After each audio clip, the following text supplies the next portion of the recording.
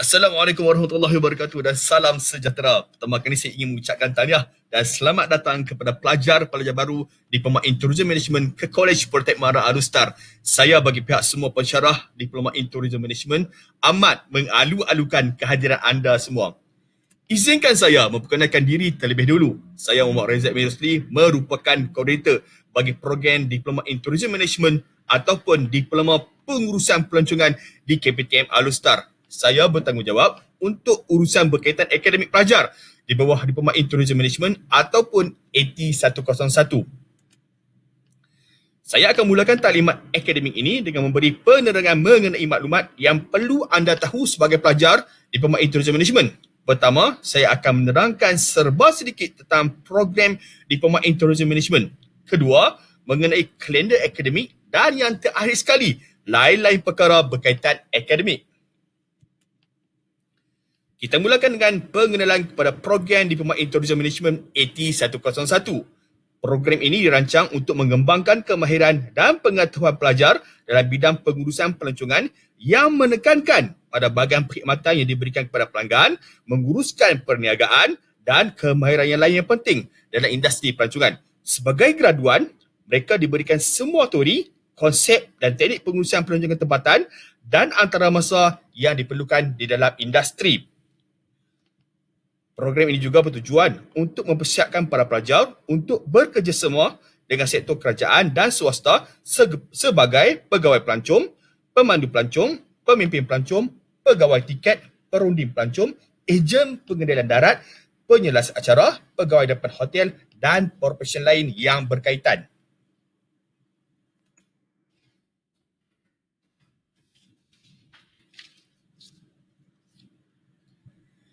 Tempoh pengajian adalah selama 2 tahun 4 bulan dengan 7 semester keseluruhan. Jumlah jam kredit yang diperlukan untuk menamatkan pengajian adalah 94 jam. Program Diploma in Tourism Management terletak di bawah Fakulti Sains Sosial dan Kemanusiaan. Ini adalah hasil pembelajaran bagi Diploma in Tourism Management. Apabila anda tamat pengajian nanti, anda seharusnya mampu mengaplikasikan ke-88 kemahiran dalam pengetahuan ini. Seterusnya, mengenai struktur program.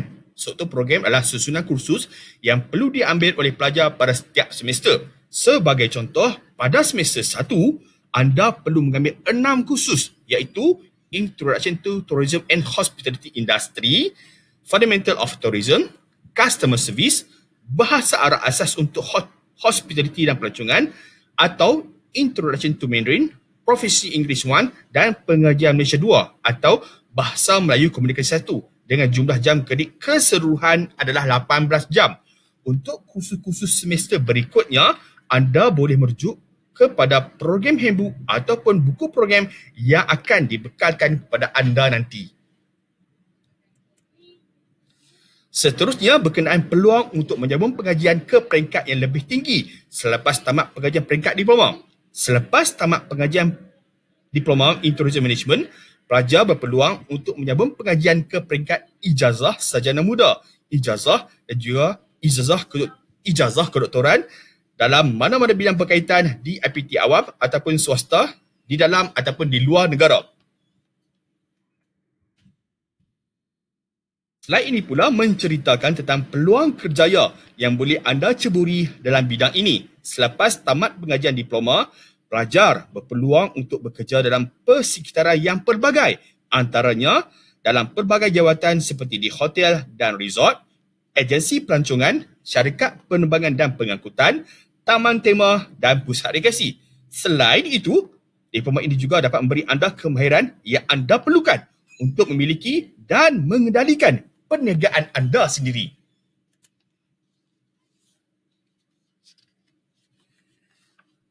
Ini pula adalah antara alumni Diploma in Tourism Management di KPTM Alustar yang berjaya sama ada dalam pengajian ataupun dalam bidang pekerjaan.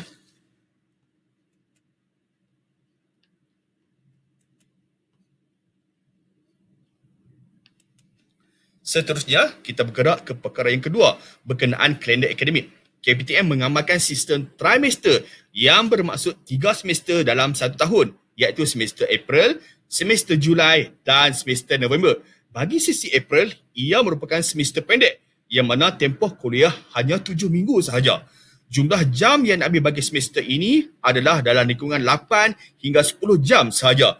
Bagi sesi Julai dan November pula, ia merupakan semester panjang yang mana tempoh kuliah adalah selama 14 minggu dan jumlah jam kredit adalah antara 15 hingga 20 jam. Berikut merupakan kalender akademik bagi sesi kali ini.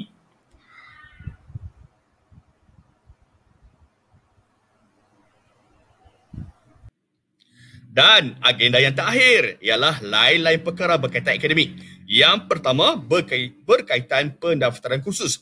Pada setiap semester, pelajar dikehendaki membuat pra-pendaftaran dan tambah buku kursus secara atas talian. Proses pendaftaran akan berlaku pada hujung semester di mana pelajar perlu mendaftar kursus yang akan diambil pada semester berikutnya. Manakala proses tambah gugur kursus pula akan bermula pada awal semester sekiranya pelajar perlu menambah atau menggugurkan mana-mana kursus. Pelajar boleh mendapatkan bantuan mentor untuk melengkapkan kedua-dua proses tersebut. Seterusnya adalah perbezaan antara jam kredit, credit hour dan jam temu, contact hour. Jam kredit bermaksud tahap kesukaran bagi sesuatu kursus, manakala jam temu adalah jam perjumpaan pelajar dengan pensyarah dalam seminggu. Sebagai contoh, kursus Computer Reservation System mempunyai 3 jam kredit dan 4 jam temu. Ini bermaksud bagi kursus ini tahap kesukaran adalah sederhana, iaitu 3, manakala pelajar akan berjumpa dengan pensyarah selama 4 jam dalam seminggu.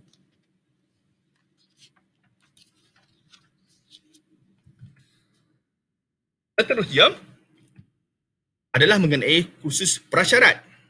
Kursus prasyarat bermaksud pelajar perlu lulus kursus yang diambil sebelum dibenarkan mengambil kursus yang berikutnya pada semester seterusnya. Sebagai contoh, pelajar perlu lulus kursus Profesi Inggeris 1 HPE 1013 sebelum mengambil kursus Profesi Inggeris 2 HPE 1023. Maka kursus Profesi Inggeris 1 dikenali sebagai kursus prasyarat untuk kursus Profesi Inggeris 2.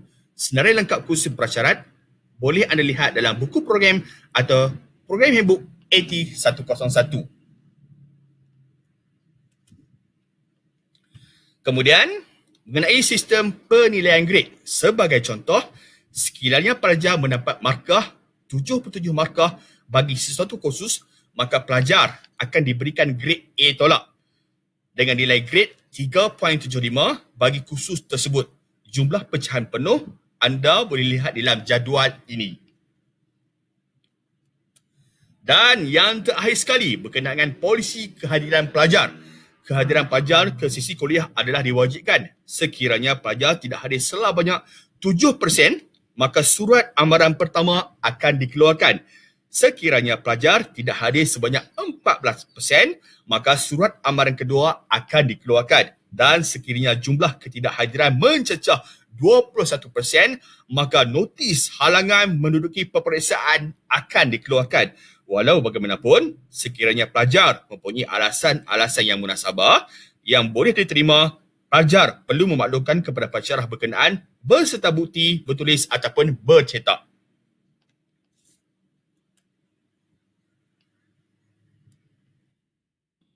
Itu sahaja penerangan mengenai program Diploma in Tourism Management. Sekiranya pelajar mempunyai sebarang pertanyaan mengenai hal-hal berkaitan akademik, anda boleh menghubungi saya di talian 017-423-8361. Akhir sekali, saya ucapkan selamat mengharungi pengajian di KPTM Al-Star. Selamat baju jaya kepada anda semua.